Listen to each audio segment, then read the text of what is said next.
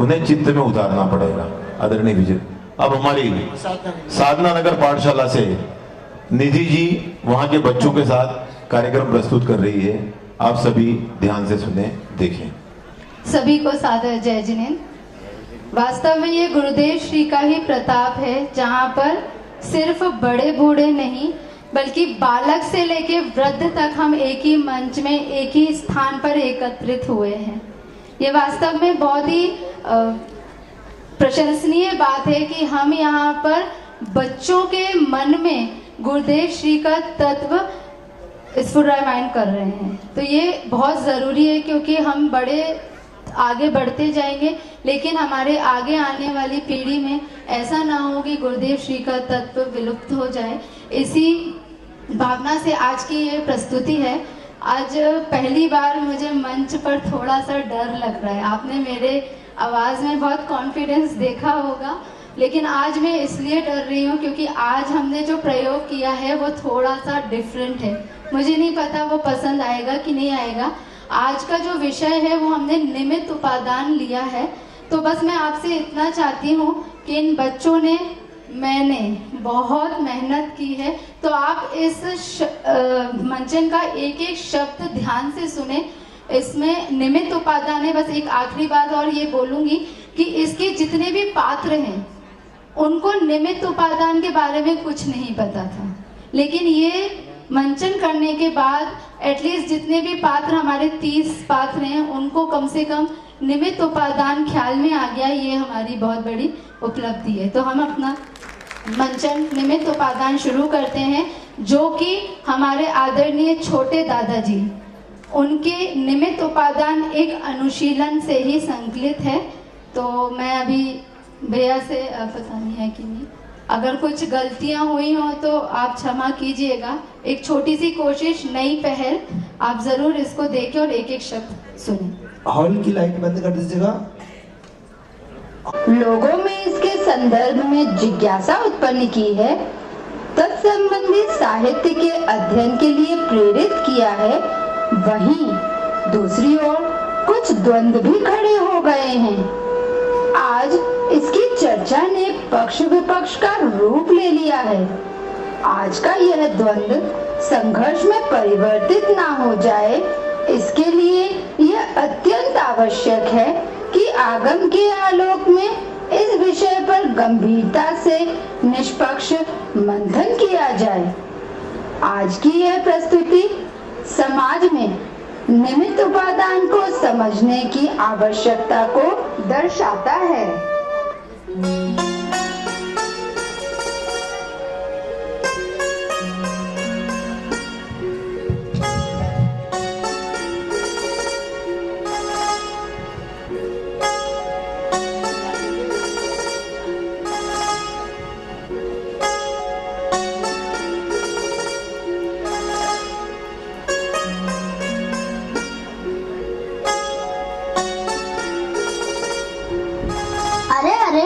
आप सब कहाँ जा रहे हो? आज साधना नगर इंदौर के द्वारा रविंद्रनाथ गृह में गुरुदेव श्री का उपकार दिवस मनाया जा रहा है। हम सब वहीं जा रहे हैं। सुना है वहाँ साधना नगर पाठशाला के बच्चों द्वारा जैन दर्शन के आध्यात्मिक क्षेत्र में बहुचर्चित विषय निमित्त उपादान की चर्चा होने वाली है। आध्यात्मिक सत्पुरुष पूज्य कांजी स्वामी के उदय के साथ साथ जो विषय बहुचर्चित हुए, जैसे क्रमबद्ध पर्याय, निश्चय व्यवहार, निमित्त उपादान, उन्हीं में से एक प्रमुख विषय है। अच्छा, ये तो बहुत ही आनंददायक है। चलो चलो हम भी चलते हैं।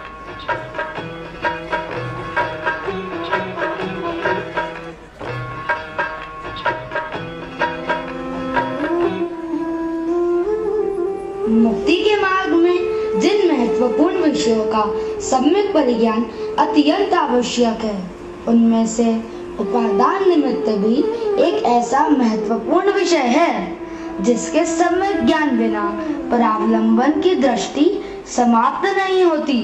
स्वावलंबन का भाव जागृत नहीं होता, मुक्ति के मार्ग का सम्यक पुरुषार्थ भी स्फुरायमान नहीं होता। निमित्त उपादान की चर्चा ने जहाँ एक और लोगों में इसके संदर्भ में जिज्ञासा उत्पन्न की है, वहीं दूसरी ओर कुछ द्वंद्व भी खड़े हो गए हैं। आज इसकी चर्चा ने पक्ष विपक्ष का रूप ले लिया है। आओ इसका एक नमूना तुम्हें दिखाते हैं।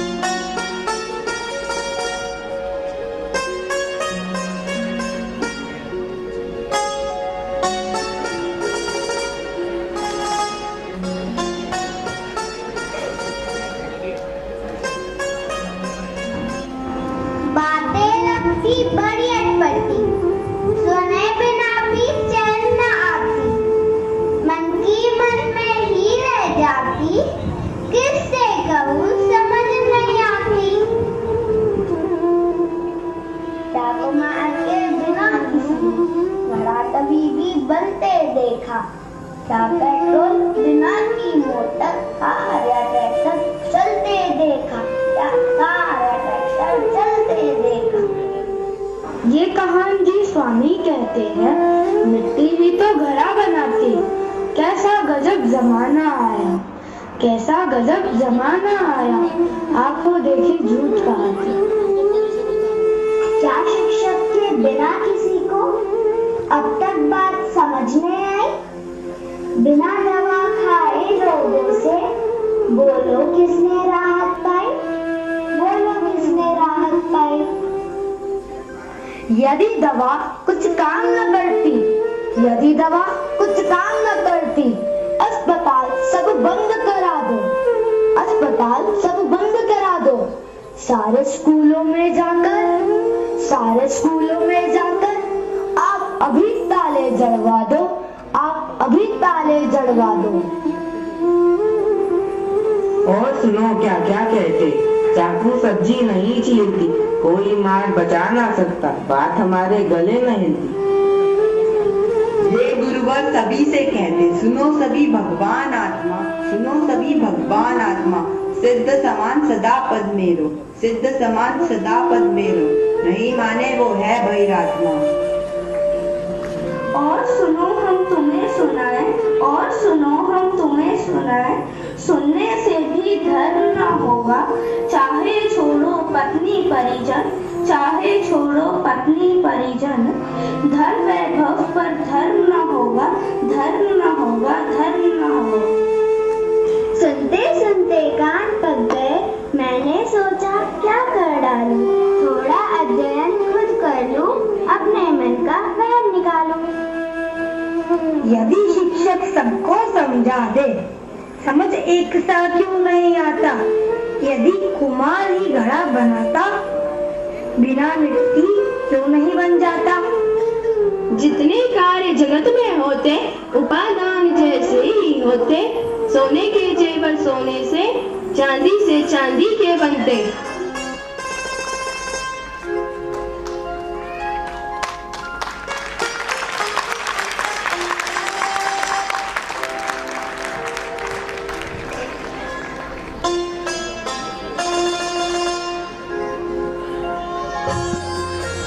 वाह, वस्तु स्वरूप समझने में तो कितना आनंद है।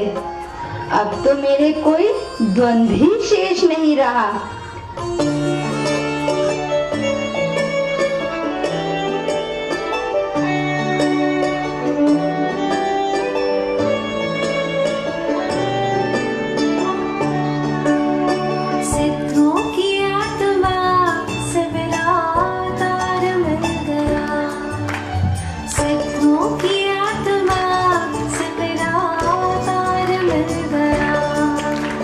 वो वीतराग भा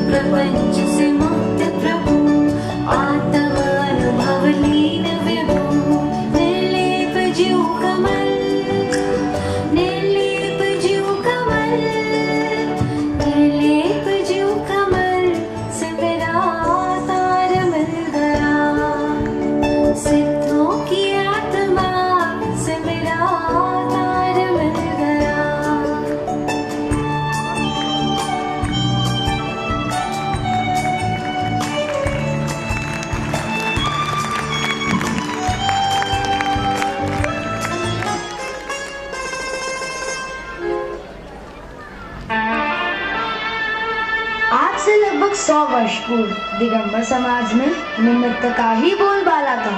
निमित्त कार्य करता नहीं, यह तो किसी ने कल्पना भी नहीं की थी। बालक से लेकर वृद्ध तक, मूर्ख से लेकर पंडित तक सभी निमित्त के ही गुण गाया करते थे। लेकिन पूज्य गुरुदेव श्री ने अपने उपदेश से हमारी निमित्तों पर से दृष्टि हटाकर त्रिकाली उपादान, जो कि निज त्रिकाली ध्रुव परमात्मा है, उस पर दृष्टि को केंद्र।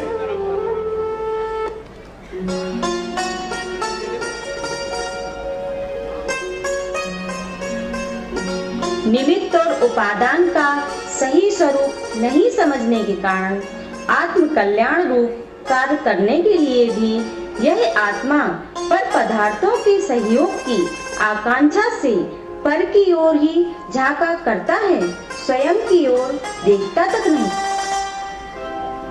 अतः यह समझना अत्यंत आवश्यक है कि अपने आत्मा के कल्याण का कार्य तो स्वयं के आश्रय से, स्वयं की पात्रता से, स्वयं में ही संपन्न होता है।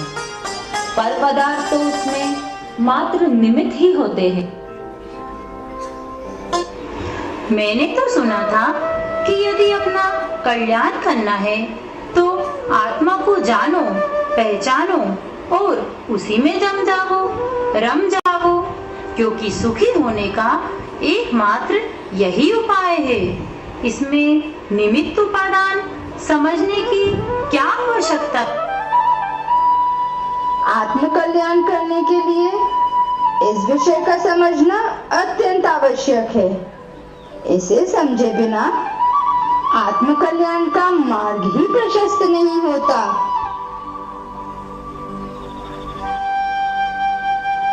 उपादान निमित्त के सम्यक परिज्ञान के अभाव में जिनागम में प्रतिपादित वस्तु व्यवस्था को भी सम्यक रूप में समझना संभव नहीं है। उपादान निमित्त संबंधी सम्यक ज्ञान के अभाव में या तो निमित्त को कर्ता मान लिया जाता है या फिर उसकी सत्ता से ही इनकार किया जाने लगता है। अतः यह आवश्यक है कि हम उपादान निमित्त को द्वंद्व के रूप में न देखकर, उनके पक्ष या विपक्ष में भी कुछ ना कहकर, उनके स्वरूप पर ही आगम के आलोक में विचार करें। उनका स्वरूप सम्यक रूप से स्पष्ट होने पर संपूर्ण स्थिति सहज ही स्पष्ट हो जाएगी। वाह, यह विषय तो अत्यंत उपयोगी मालूम पड़ता है। इसे समझने में हमें अपनी पूरी शक्ति लगाना चाहिए, समय लगाना चाहिए, उपयोग भी लगाना चाहिए। धन्य है गुरुदेव श्री, उनका महान उपकार है जिन्होंने बताया कि कार्य पर्यायगत योग्यता के सद्भाव में सहज भाव से ही संपन्न होता है। आकुलित होने से कोई कार्य नहीं होता। प्रत्येक कार्य स्वसमय में स्वयं की योग्यता रूप उपादान कारण से ही संपन्न होता है, और जब कार्य होता है तो तदनुकूल निमित्त भी होते ही हैं। उन्हें खोजने नहीं जाना पड़ता। हम समझ गए, पर यह नहीं समझे कि गुरुदेव श्री कौन है।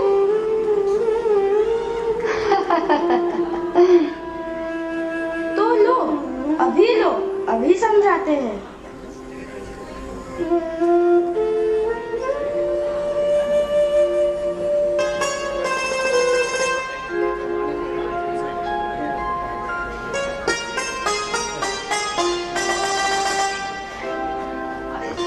वाद विवाद में क्यों उलझे हो, छड़ी बहस किस बात पर, अनेकांतमय धर्म हमारा क्यों बहते जज्बात पर। यह बहुत शिकायत है, नहीं समझ कुछ आता है। जिन शासन के मर्म को बोलो, कौन यहाँ समझाता है, कौन यहाँ समझाता है। वस्तु व्यवस्था का ज्ञान कराए, ऐसे गुरु महान हुए।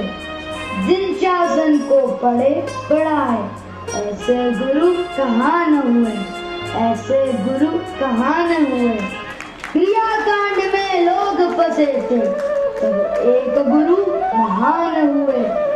जिन शासन का मर्म बताते, ऐसे गुरु कहाँ न हुए, ऐसे गुरु कहाँ न हुए। आओ भाई तुम्हें सुनाए गाथा गुरु कहान की। आओ भाई तुम्हें सुनाए गाथा गुरु कहान की।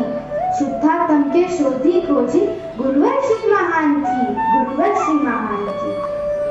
उमराला में जन्मे कानू, किया उजम्बा घर पावन।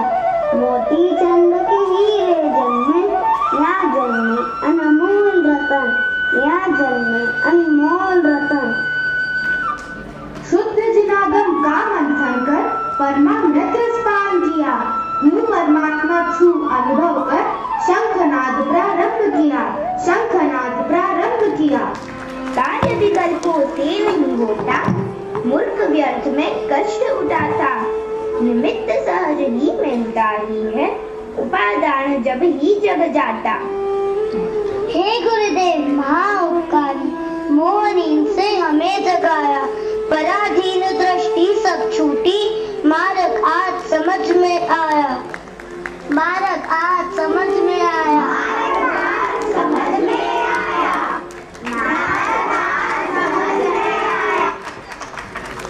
तालियां कम है। इतने छोटे बच्चे को इतना तैयार करना बहुत मुश्किल है, आसान नहीं है। ये जब तक बच्चे खुद तैयार नहीं हो, खुद मन से तैयार, इसलिए सब याद भी कर लेते हैं, प्रैक्टिस करने भी आते हैं। विजय भैया अभी नाटक चल रहा है अभी।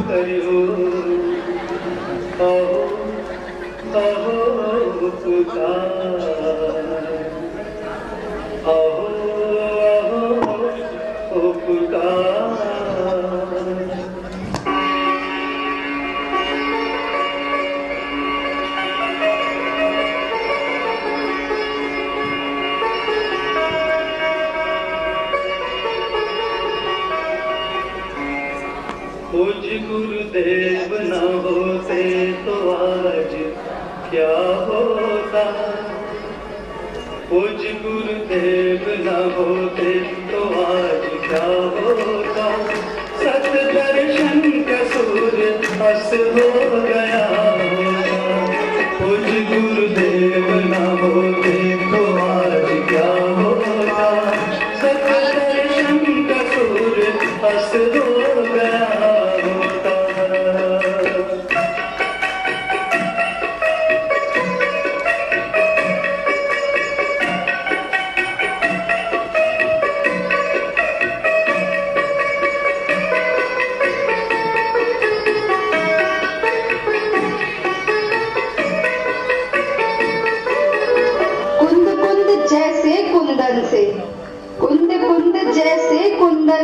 कुंद कुंद आचार्य हुए हैं। अमृत को बरसाने वाले अमृत चंद्राचार्य हुए हैं। कौन जानता कुंद कुंद, कौन जानता कुंद कुंद और अमृत चंद्राचार्य देव को।